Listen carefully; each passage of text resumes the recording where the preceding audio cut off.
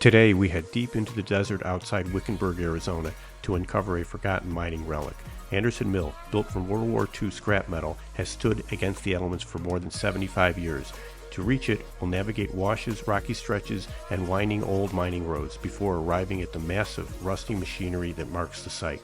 We take you through the route, the challenges, and the stunning desert scenery that make the mill one of Arizona's true off-road treasures. I screwed up. When we were on the Anderson Mill Trail, I forgot to videotape a description of the trail. You start at I-74 and Castle Hot Springs Road, which is near Route 60. You basically follow that northeast. It's an easy route. It's paved. It turns to dirt. There's a place to turn off, which we describe in the video. You basically want to go left here onto Little San Domingo Wash. This is a wonderful part of the trail here. You're basically then going to take this to San Domingo Wash, which is a right here, and this will take you all the way to the mill, Anderson Mill, right here. Now, one thing we didn't know, so since it's a good thing that I did this afterwards, is that we came back on North Mine Road. If you go into Onyx, it'll route you on North Mine Road.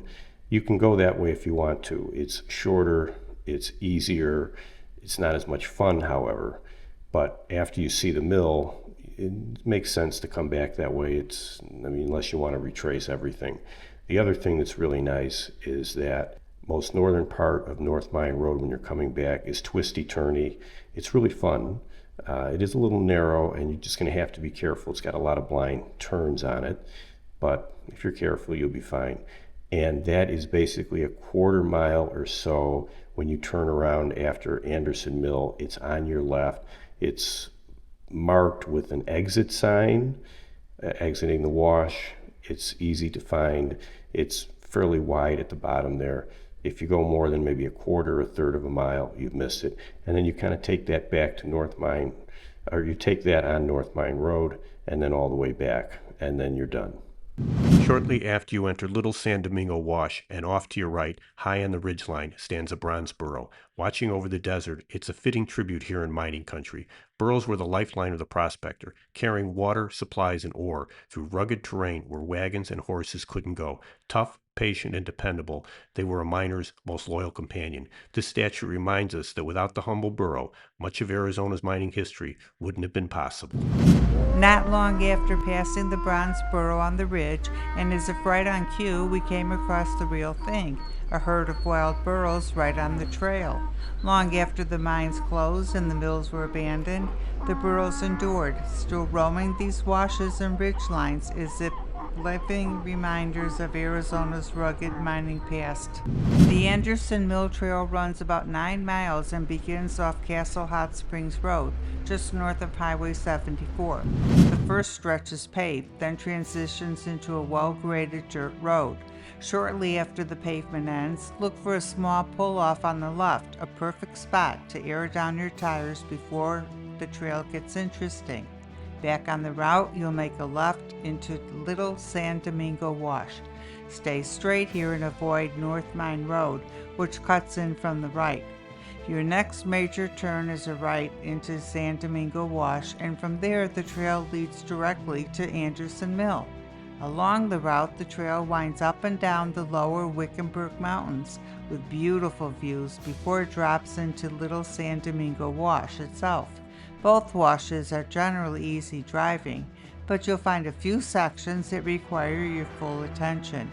For a shorter, simpler route, you can follow North Mine Road directly to San Domingo Wash.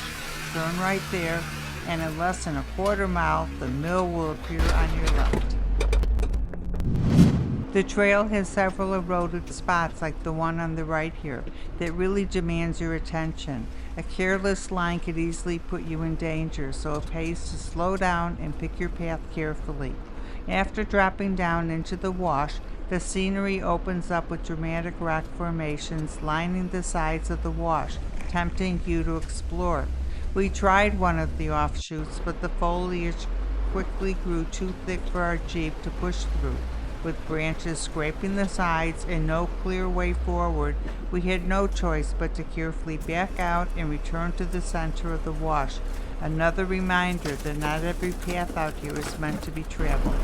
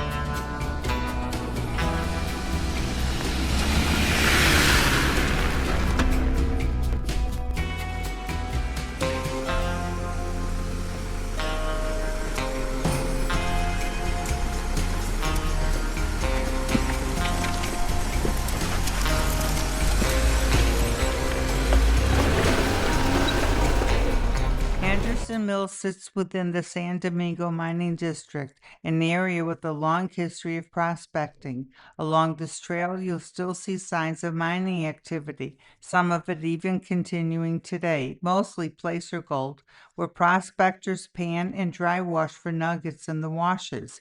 At one point, we took a wide, well-graded spur that climbed steeply out of the wash.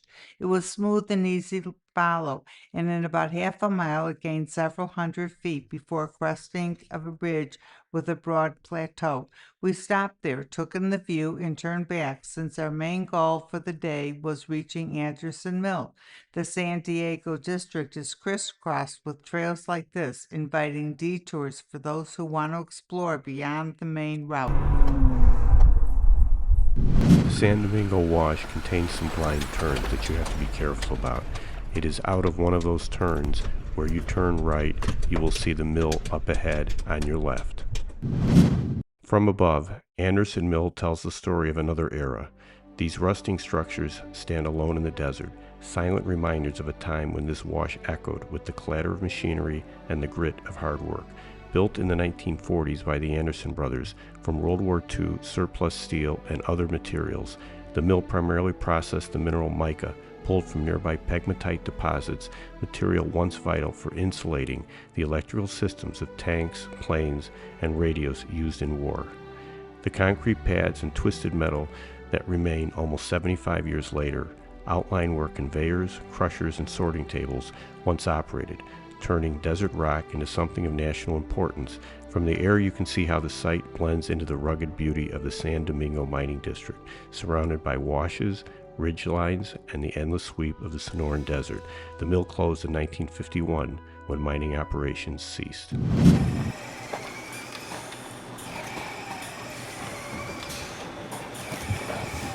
want me to give you a hand?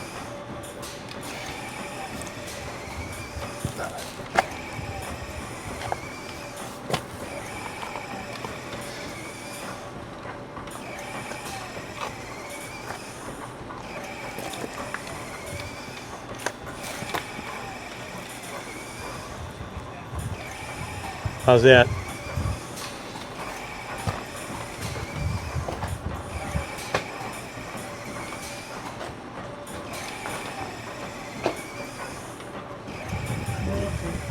Oh, you're right.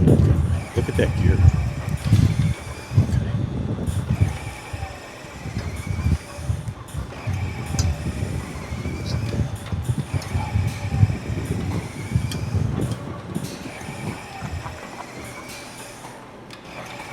I hear some bees over there.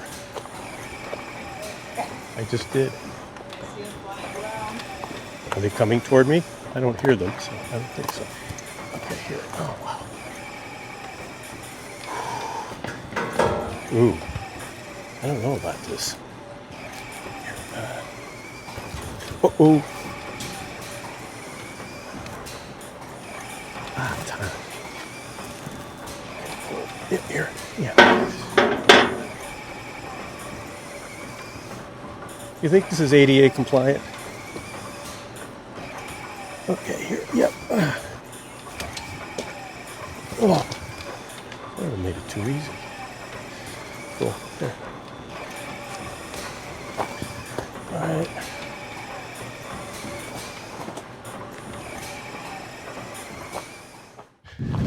From below, we noticed what looked like a road leading to the top of the mill and decided to see if we could drive up.